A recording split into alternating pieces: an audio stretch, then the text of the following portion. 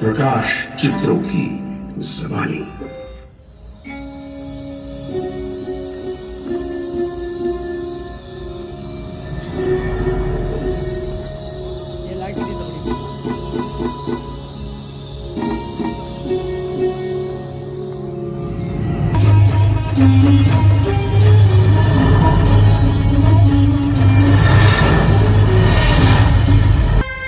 पुराण बताते हैं कि खांडव प्रस्थ के वन को साफ करके पांडवों ने इंद्रप्रस्थ बसाया था।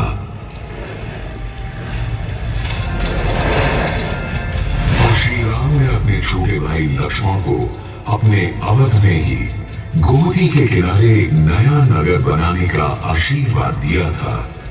यही लक्ष्मण को ही आगे चलकर लखनऊ कहलाया। फिर काशी का तो कहना ही क्या। इस आनंद कानन में तो स्वयं भगवान शंकर पार्वती को लेकर वहां बसने चले सन 1690 में।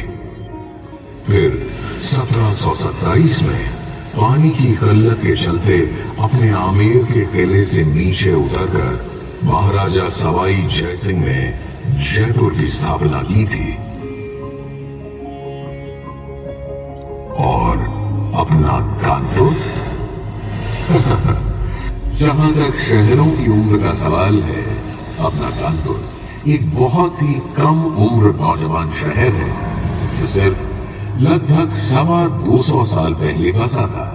पर क्योंकि यहां से 20 मील दूर ही तो ब्रह्मावर्त घाट पर बैठकर भगवान ब्रह्मा ने मानव को गढ़ा था और मानव जाति की शुरुआत की थी।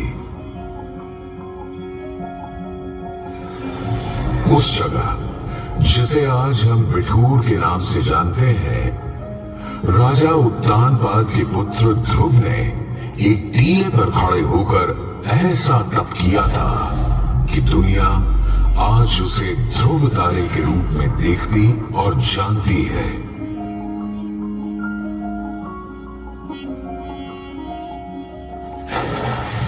ठीक वहीं गंगा किनारे ऋषि वाल्मीकि का आश्रम था, जिसे बाल कुशी लव की जोड़ी ने याद कर सारी दुनिया को सुनाया था।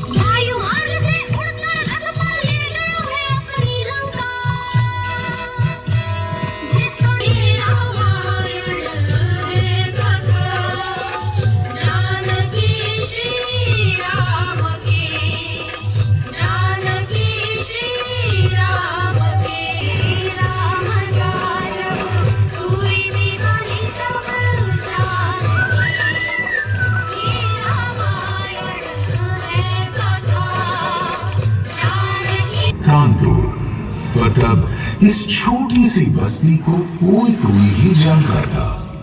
हाँ, लोग जानते थे तो सिर्फ देव दानव सब जानते हैं। गंगा जो मनुष्यों को उनकी भाव भावना के अनुसार भक्ति और मुक्ति देती है, गंगा। सन 1803 में इसे एक नया जिला और अपनी छावनी ही नहीं बल्कि उत्तर भारत के एक महत्वपूर्ण औद्योगिक शहर के रूप में भी बसाना शुरू किया और देश की पहली ऊनी कपड़ों की मिल यहां लग गई। सूती कपड़ों की बुनावट बनावट में कानपुर, बॉम्बे, अहमदाबाद ही नहीं, इंग्लैंड के मैनचेस्टर से भी टक्कर लेने लगा। ऊपर से चमड़े के उमदा काम ने कानपुर का नाम दुनिया भर में फैला दिया। किसानों को लूटने और कारीगरों, कामगारों, जुलाहों को बर्बाद करने में लगी थी।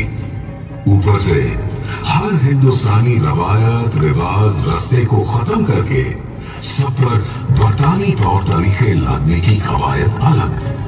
सुनो भाइयों, कथा सुनो 57 की। कान खोलकर सुनो, कथा है क्रांति के पहले सावन की।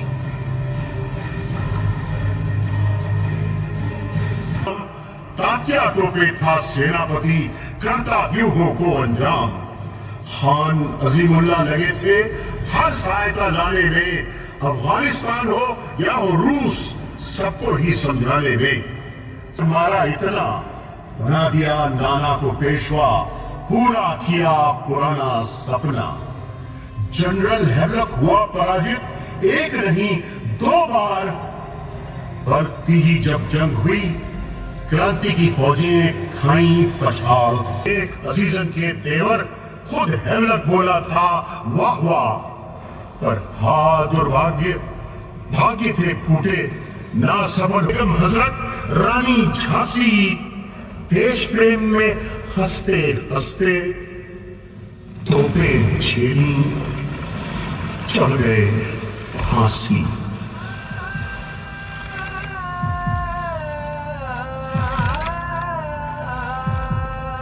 कानपुर से इलाहाबाद और लखनऊ से दिल्ली तक की शाहराह के सारे पेड़ों पर अब हिंदुस्तानी बहादुरों के मृत शरीर झूल रहे थे। कहीं कहीं इतना रक्त बहा था कि पेड़ों पर उगे आमों का रंग पीले से लाल हो गया कि अंग्रेजी इतिहासकारों ने उस घाट का नाम ही मैसेकर या कातिल घाट रख दिया था। सभी बदलते न बदलते पूरे देश में शुरू हो गया था अंग्रेजी राज के खिलाफ एक नया स्वतंत्रता संग्राम। विद्यार्थी जी का प्रताप प्रेस तो हर क्रांतिकारी का घर बन गया था। वहीं मुंशी दया नारायण निगम ने अपने जमाना में कौमी तराना सबसे पहले छापा था। सारे जहां से अच्छा हिंदुस्तान हमारा। सवारी नौजवान थे तो दूसरी तरफ हमारे कानपुर में ही भगत सिंह, चंद्रशेखर आजाद, भगवती चरण बोहरा, शचीन्द्र नाथ सान्याल, मनमथ नाथ गुप्त, बटुकेश्वर तक और भी न जाने कितने वीर हिंदुस्तान को आजाद करवाने के लिए कुछ भी कर गुजरने को तैयार थे, फिर चाहे उन्हें हथियार भी क्यों ना उठाने पड़े। शिव वर्मा का डीएवी कॉलेज का हॉस्टल रूम इन सब युवा क्रांतिकारियों का केंद्र बन गया था।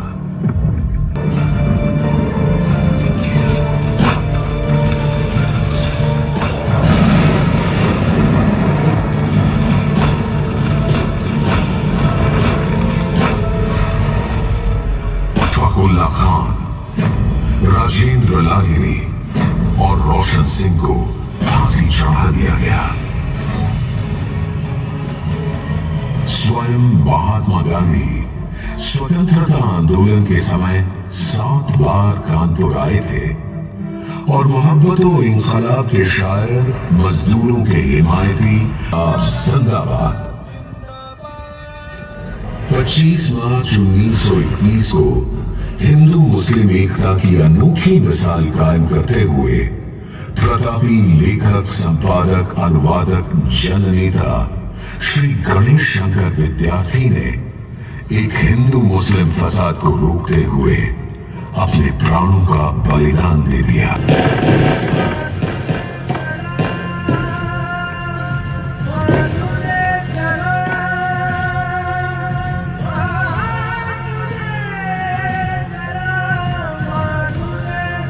खड़ी रहा है।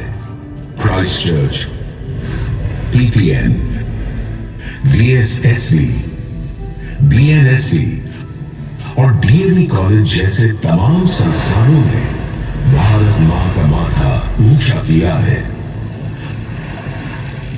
देश और दुनिया को एकात्म मानववाद, विद्यार्थी मेडिकल कॉलेज अपने अपने क्षेत्रों को बढ़ावा दे रहे हैं। कानपुर पर निर्भर रहते हैं। Small arms factory, field guns, paratroopers के पैराशूट्स, नेवी की मजबूत अटूट रस्सियां, अलग अलग स्थानों तापमानों के लिए जूते, सेना की वर्दी, सब कानपुर से बनकर सीमाओं तक जाते हैं। आर्मी के लिए हमने तो अपने शहर में एक और शहर बना लिया है, अरमापुर। कानपुर के औद्योगिक घरानों ने अपने शहर को बनाया और बढ़ाया है ही, रचे बसे मंदिर भी दिए। हमारा कानपुर लोक नाट्य नौटंकी का बहुत खास स्थान रहा है।